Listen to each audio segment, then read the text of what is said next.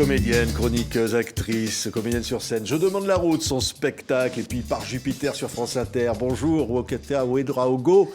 C'est un bonheur de vous accueillir pour ce premier roman qui s'appelle Du miel sous les galettes et qui nous ramène dans ce Burkina de l'enfance, ce Burkina des femmes, avec un personnage féminin, peut-être un peu une part de vous au fond, qui dans cette famille nombreuse grandit en l'absence du père et qui va découvrir la vie au fond. Absolument. Vous avez tout décrit en fait. Oui, c'est ça. Le bouquin parle de l'histoire d'une femme qui va effectivement se battre, dont le mari a été injustement jeté en prison, dénoncé à tort de détournement de fonds. Et elle va se retrouver seule avec ses 7 enfants, avec son petit bout sur le dos de 6 mois. Elle va se battre en vendant des galettes au seuil de sa porte et puis, pour payer la scolarité de ses enfants, les nourrir et surtout faire tout pour que son mari sorte de prison. Ouais. C'est un livre de femme, c'est un livre puissant, parce que ces galettes, c'est les odeurs, c'est le goût, c'est la maman. Ah ben, moi, j'ai baigné dans ces galettes-là. Ouais. et les odeurs de ces galettes me suivent pour toute ma vie. Oui. Ouais. Et au fond, il faut se battre, et en même temps, il y a ce pays, il y a ces odeurs, il y a cette nature, il y a cette vie ensemble au Burkina. Ah oui, au Burkina, c'est la vie ensemble, c'est sûr. Les gens vivent ensemble, les gens vivent dehors, les gens... c'est pas pour rien qu'on dit que le Burkina, c'est le pays des hommes intègres. Ouais. Et ce personnage-là, elle attend, à un moment donné, elle va donner la vie. Parce que ça, c'est évidemment la transmission, c'est Absolument. fondamental. Je pense que cette personne-là trouve la paix et elle trouve sa féminité quand elle donne la vie à la fin. Ouais. Je pense que devenir maman, c'est aussi comprendre ce qu'a vécu sa mère. Parce que petite, c'est elle qui ressentait toute l'émotion qui dégageait de sa mère quand sa mère se battait pour prouver l'innocence de son mari et faire sortir son mari de prison, quand elle se battait comme une diablesse pour donner à manger à ses enfants. Donc je pense que cette transmission a donné aussi beaucoup de courage à cette jeune fille, à Yasmina, qui a grandi et qui s'est retrouvée aussi un jour en France ici pour trouver sa place. Et elle a réussi à trouver une place. Elle va le trouver. Et quelle belle place! À un moment, on va découvrir, on peut le dire à un moment dans le livre, qu'elle dit « je ne me sentais pas complète », l'incomplétude de son propre corps, puisqu'elle a subi une excision. Absolument. Et au fond, donner la vie est pour elle une manière de se sentir entière. C'est ça. Mais vous avez tout compris du bouquin, de ce que je voulais dire. C'est ça. Une fois qu'elle a pu avoir un enfant, qu'elle a donné la vie, elle se sent puissante. Je pense que les femmes sont puissantes. En fait, les femmes ne sont pas nécessaires ou utiles. Elles sont indispensables à l'humanité. Et parce qu'une femme porte la vie quand même. Moi, je n'arrive pas à comprendre qu'on fasse des violences sur les femmes. Oui. Normalement, on doit élever la femme, lui donner les clés de la réussite, les portes du succès, l'ouvrir les portes du succès. Parce que la femme porte beaucoup de choses en elle. Et comme on dit chez nous en Afrique, les femmes sont tenacières des traditions. C'est elles qui gèrent tout. Que ce soit oral, social, culturel, la transmission passe par la femme. Et donc à la fin du bouquin, quand Yasmina devient mère elle-même, c'est la transmission. Et elle est fière. Elle est puissante, elle se sent puissante puisqu'elle a donné la vie. Oui, et puis surtout, elle a subi l'excision qui était compliquée. Donc elle avait très peur de ça. Oui. Comment et ça allait elle se pose aussi des questions sur ça. Ah, absolument. Pourquoi on lui a fait ça? Oui. Elle se le demande. Oui, comme toutes les petites filles. Je pense que comme toutes les petites filles qui se font exciser, au début, elles ne comprennent pas. Elles se disent, mais pourquoi mes parents même, pourquoi ils font ça? C'est d'abord l'incompréhension, c'est la douleur, c'est la colère aussi. Et parfois, c'est la honte, parce qu'on a honte d'en parler. Moi, j'ai eu honte d'en parler quand je suis arrivée en France à l'âge de 20 ans et que j'ai compris que ce qu'on m'avait fait n'était pas en fait pour me rendre pure ou pour me rendre une femme... bien, comme on le dit. On nous bourre le mou en Afrique, chez nous, dans les traditions, en nous disant que c'est pour notre bien.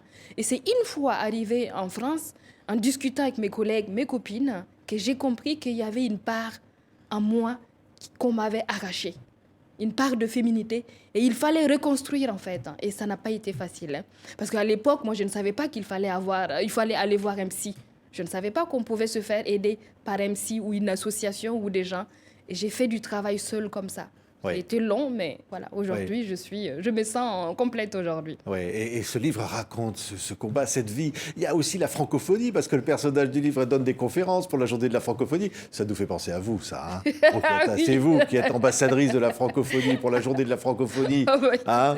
C'est les mots aussi, c'est la culture, c'est aussi à ça qu'on s'accroche. Absolument. Moi, le français, je l'utilise pour, comme vous le savez, je fais de la scène. Et c'est grâce au français que je peux jouer mes spectacles un peu partout dans le monde. J'adore ma langue maternelle qui est le moré. Hein. Mais le français me permet de m'ouvrir vers d'autres horizons, de m'ouvrir vers le monde et de pouvoir communier avec des gens. C'est un pont, la francophonie. Hein, aux multiples directions qui permet de rassembler des gens dans un espace linguistique, un espace de créativité. Voilà. Et on dit que la francophonie demain, c'est l'Afrique. C'est l'Afrique qui Absolument. sera majoritaire. Mais oui, ça, mais c'est une source d'espoir, ça. Ah bah oui, l'Afrique, c'est le continent, c'est un continent riche et c'est un continent d'avenir. Oui. Oui. Et d'ailleurs, derrière tout ça, il y a vous, évidemment, Rokiata, dans ce premier livre formidable que je vous conseille, Du miel sous les galettes, on va dire l'éditeur, c'est chez Slatkin et compagnie.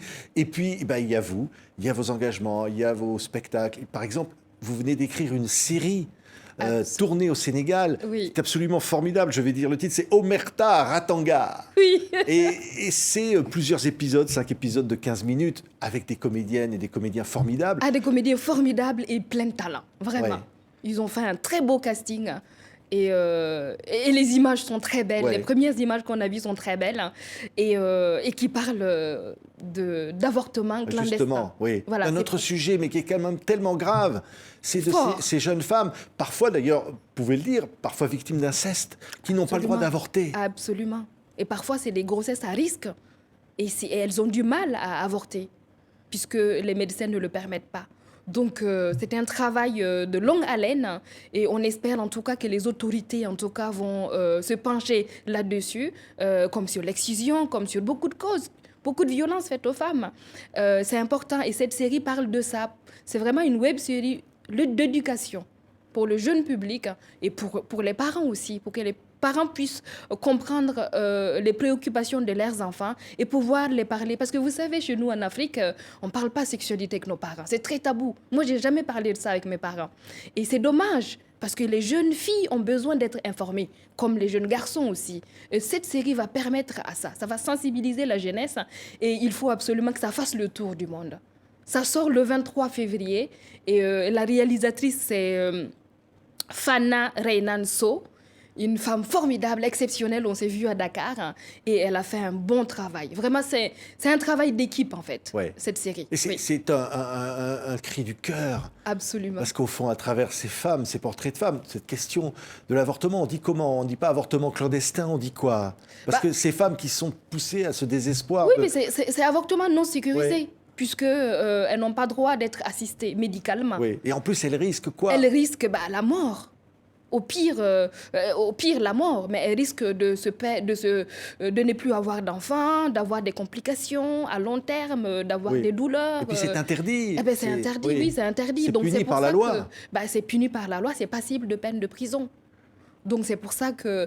je n'incite pas les jeunes filles à avorter, hein. Non, dans cette série, ce qu'on recherche, c'est que les avortements soient sécurisés, soient suivis médicalement. Et les avortements dont la santé de la mère est en danger.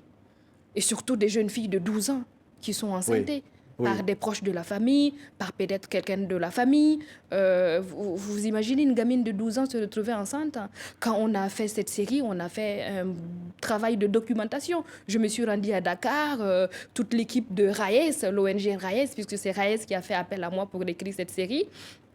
Ils ont fait un travail de documentation et je voyais des horreurs. Je voyais des jeunes filles arriver avec des enfants, des bébés à moitié sortis. C'est horrible. Oui. Et une série comme ça peut faire bouger les lignes. Oh oui, je pense que... Quand même, oui, prendre conscience de ça.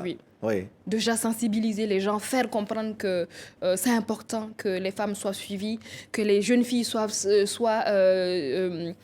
sensibilisées et que aussi les médecins et les infirmiers fassent leur travail, que des infirmiers aillent dans des lycées, dans des écoles pour parler aux jeunes filles de sexualité, c'est important. D'éduquer les jeunes filles et les garçons aussi, c'est important. Oui. Rokata, vous êtes sur scène avec le sourire, toujours. Parce qu'on vous présente, on dit parfois, tiens, humoriste, on vous dit, ah ben voilà. Et quand même, derrière ça, il y a une force de vie. Le rire est important, l'humour. Oh, c'est important le rire. Sans le rire, le monde serait triste. Sans l'humour aussi, qui est un bouclier, qui est aussi... moi, j'utilise le rire pour faire tomber les barrières. C'est important. Ouais. Et surtout, en ce moment, on a besoin de rire quand même. Oui, c'est vrai. La vie n'est pas drôle en ce moment. Et on peut dire des choses sérieuses en riant. Ah bah oui, Ouais. bah oui. Et puis, on peut faire passer des messages avec le rire. Ça, c'est important. Moi, j'utilise le rire pour faire passer des messages. Merci. Yokata Ouedraogo est avec nous, du miel sous les galettes. Et puis bah, derrière, la maman, il y a ce bébé, comme vous l'avez été.